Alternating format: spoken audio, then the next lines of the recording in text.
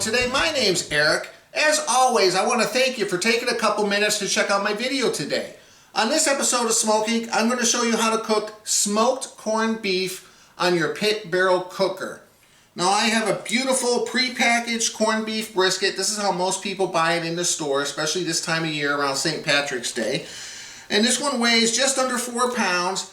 Most people just take this out of the package, throw it into a slow cooker or crock pot, turn it on low, and just let it simmer all day long. Fill the house with a delicious smell. And it's a wonderful way to cook corned beef, and that's how I did it for many, many years before I got my smoker. But I always loved the flavor that cooking over open flame, charcoal, and some smoked wood gives to meat. So this time I'm going to try it a little bit differently. We're going to do it on the pit barrel cooker. Now since this has been sitting and it's already been cured with a solution that has a lot of salt in it, I'm not going to add any additional salt as a coating on the outside like some kind of rub, because I'm afraid I might make it a little too salty. So I'm going to rinse it off really well. I'm going to let it soak for probably a half hour to draw out a little bit of that salt in the meat. And I'm just going to season it with a light dose of ground black pepper. That's all it really needs, because it's already been cured. It's got plenty of flavor all by itself. So stick around. I'm going to show you how to do this step by step. Let's get cooking.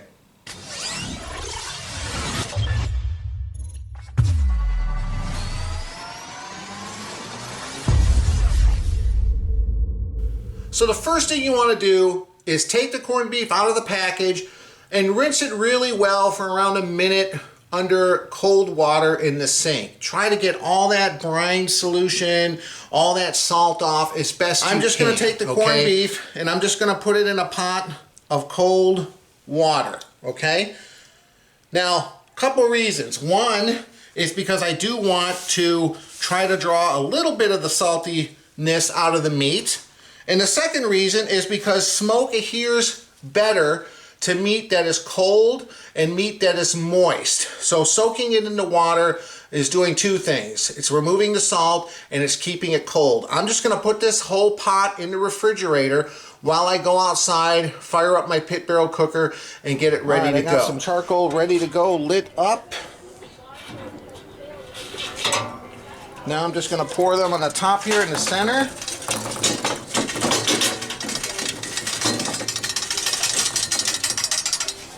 Just like so.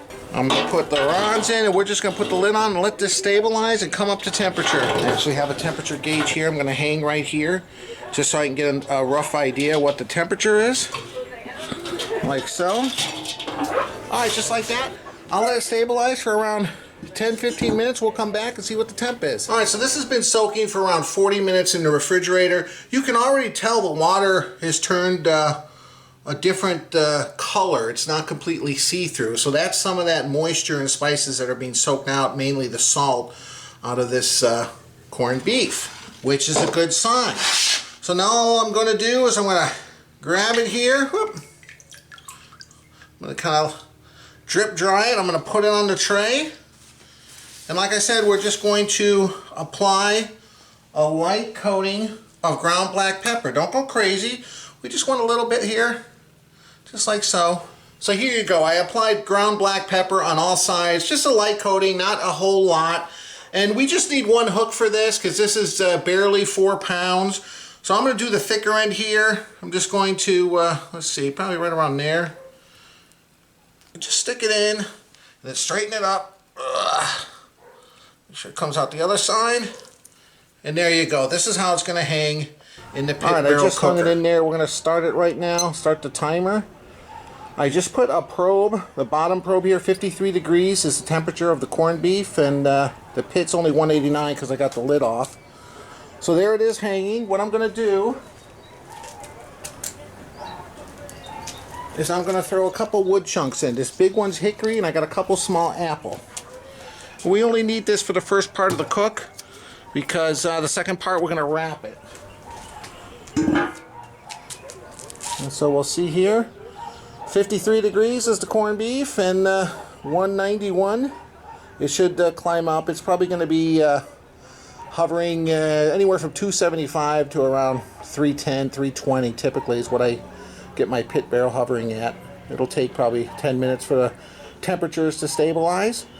But there you go. I'm guessing this is going to take anywhere from maybe an hour and 15 minutes all the way up to 2 hours. We're going for a temperature of 160 degrees, in which case I'm going to wrap it with a little bit of liquid, and then we'll put it back on the grate until we bring it up to around 200 to 203 degrees, just like you're cooking a brisket, because that's basically what corned beef is. So there we go. I'm going to go inside, relax, let the pit barrel do its thing. We'll be back later. All right, it's been just around 41 minutes. It looks like the corned beef's at 102 and the pit barrel just hit 302. So let's take a look.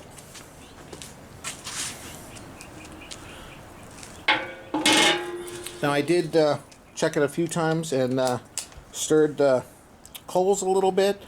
That's one of the things with the pit barrel that I've learned from just using it, is that the coals can go out if some juices, and this was so wet, this corned beef, that I made sure to kind of stir it and move those coals around. Let's take a look, see. It's looking good. Alright, well, we got a while to go. I'll just let it do its thing. I'm going to go get something to drink with my son. Meet you guys inside. Alright, here we are. Beverage time. Moosehead Lager. Canadian made, trademark, union made, 5% alcohol since 1867. I used to really like this when I was in college, because I went to college just across Upper Peninsula of Michigan, and across Lake Superior was Canada. And yeah, that was good cheap beer back then. And my son Kyle is trying something, Chicago root beer, draft style. I'm assuming that's from Chicago. Made with pure cane sugar, like most of these. Doesn't it say on there where it's made? It doesn't even say, so. There we go. Let me see. It might say. Well, let me pour my beer. Yeah, I used to really like this when I was in college. It was an inexpensive beer, but it was pretty good. Kind of like Labatt's Blue. That's another Canadian beer that was very popular. And it's not particularly like a high-end craft beer, but it certainly beats the domestic American, you know, Budweiser, Coors, Miller, all that stuff. All right. Let's see you. Get a little bit of a head on there, see? All right. Chicago root beer. Did it say? Nope. Just says ChicagoRootBeer.com. It's got to be made in Chicago.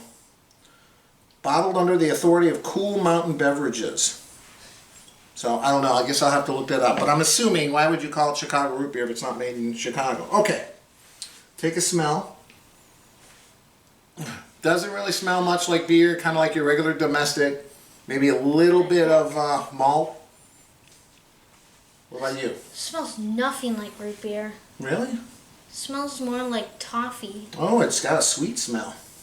It smells absolutely nothing like root beer. Well, let's see how it tastes. As always, guys, I appreciate you watching my video. Cheers. Cheers, Kyle. Watch it. Don't spill it. Okay, here it goes.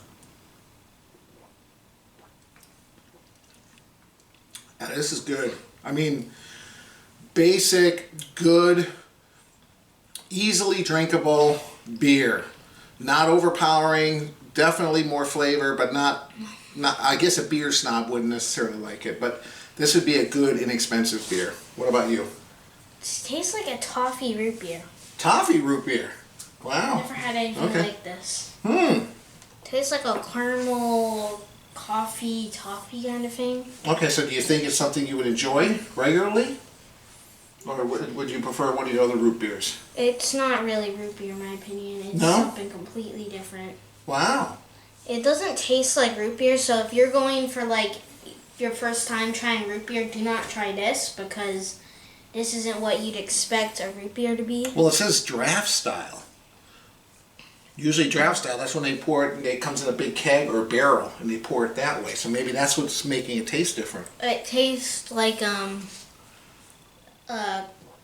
it tastes like you mixed caramel and like butterscotch. Okay, well that sounds like some interesting flavors. Coffee and like put it in like toffee and then put it in a root beer. Do you like it, Sam, or no? Yeah, that's good. It's just Okay. not what I call root beer. Well, cheers. You gonna have some corned beef tonight? You gonna try some corned beef tonight? Yeah. All right. Smoked corned beef. Let's see. 121 degrees, and it's been in 1 hour and 14 minutes. So, yeah, it'll probably take another 20 minutes to 45 minutes to get up to around 160. And we'll wrap it up with a little bit of Moosehead beer. I'll pour a little bit in there, maybe a quarter to half a cup. Wrap it up real nice and put it back on the pit barrel. Bring it up to around 200. Yeah, you have to put some liquid in there to steam. Wouldn't you just put water or something? You can put water, but water's got no flavor. But I can't drink beer. Yeah, but you're not going to be drinking it. It's just going to be steam. Most of it's going to evaporate, but it's going to give it good flavor. You can also use like beef stock. You can use water. I mean, you could use water. Beer. Oh, trust me. Anyway, guys, I'm going to enjoy this beer. We'll go out and check on it when it gets close to 160. Thanks again. Cheers. Say goodbye. Bye. All right. Just hit 160 degrees. Whew. It's been just shy of 2 hours. Let's take a look at this.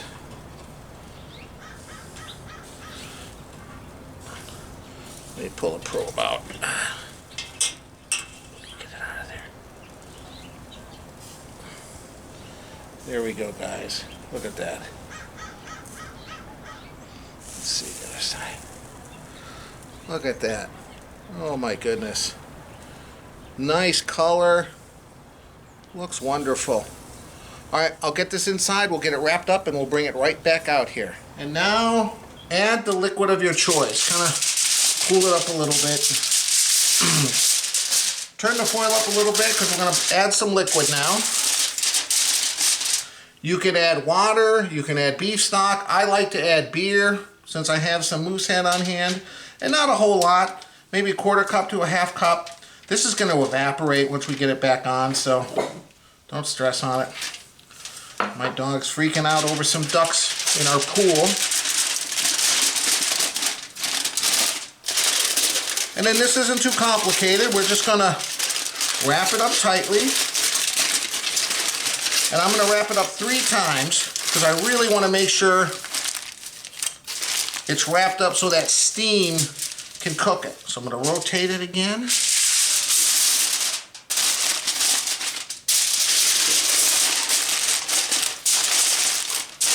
Just like so.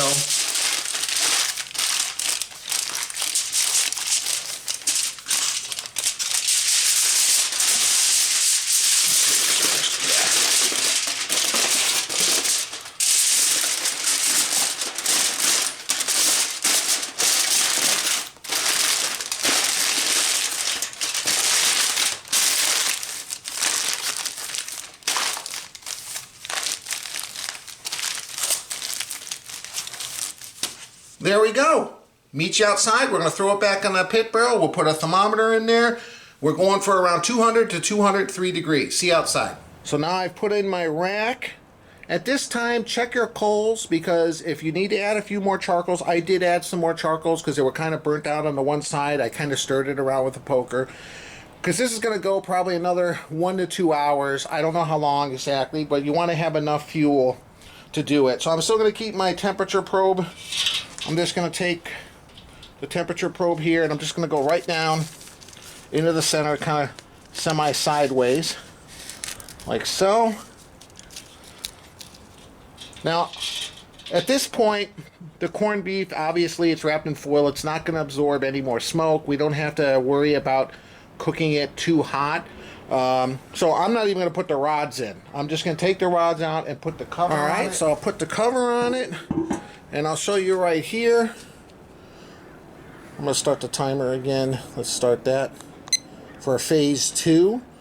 So you can see the pit barrel's at 312 degrees, and it cooled a little bit. I had it, was around 163 when I took it off, and it dropped now since I had it outside, but it'll climb up. And now I'm going to set this for 200 degrees. You know what? I'm going to go 203. 203 degrees. So there we go. Started the timer.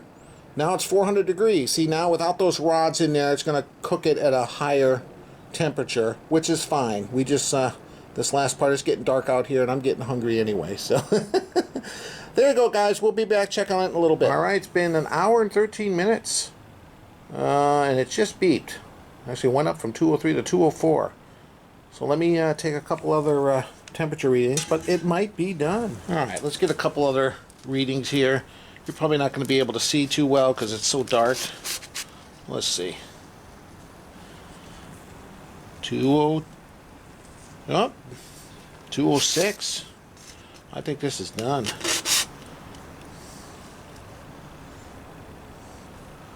203, 204. Okay, you know what? It's done. I'm going to take this off. I have a little tiny cooler. Rather than wrap it up in a towel, I put the corned beef in the cooler. I'm going to take a little towel here. Just kind of put it on top. And then I'm just going to close this. We're just going to let this sit, like I said, at least 20 minutes. If you can go half hour, 40 minutes, even better. It's going to allow those juices to kind of mellow out so we don't lose all that liquid when we slice into it. So that's it. I'm going to go start making the other ingredients. I'm going to make some potatoes, some cabbage, and some carrots to serve with it. So I'm going to go do that. We'll be back in a little bit. All right, it's been around 50 minutes. So let's take this out, unwrap it, see how it looks like. Oh, it's still hot.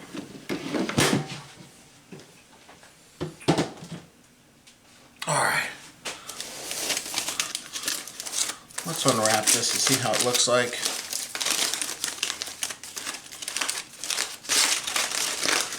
Oh, it smells good.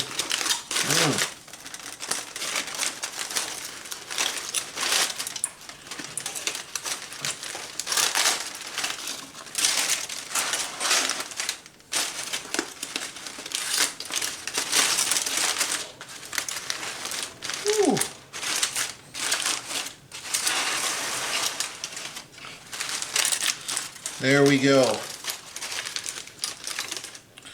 Let me get it out of here. It's still very hot. I'm going to let it sit for a few minutes before I handle it, let some of that steam escape. I'll move it over to the cutting board. We'll take a closer look at it. Here we are. Letting it sit just for a second here to cool off a little bit. But boy, it looks wonderful. It definitely shrank a lot from when we first started. But that's typical when you do this. So we'll be back in a second, slice into it. All right, the grain's kind of going across here. So I'm going to kind of slice it kind of at a weird angle here because you're supposed to slice against the grain. So let's see how this is looking. Oh my goodness. Oh, very juicy. As you can see. Let's see. Oh my goodness. All right, well, let's take a look here.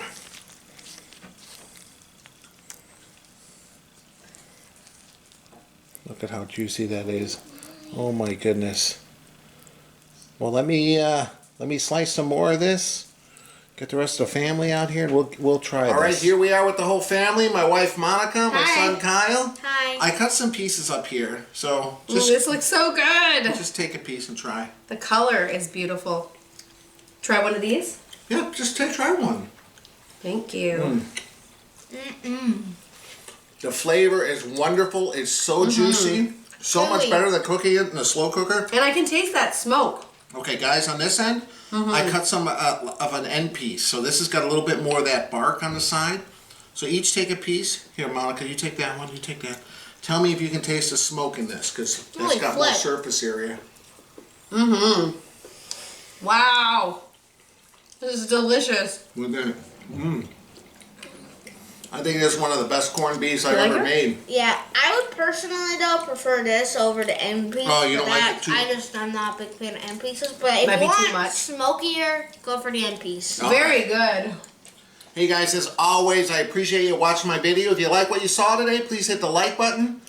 Check out the link above. It's to my website, ericsmokingbbq.com, and we'll see you next time. Bye. Bye. Bye. Say bye.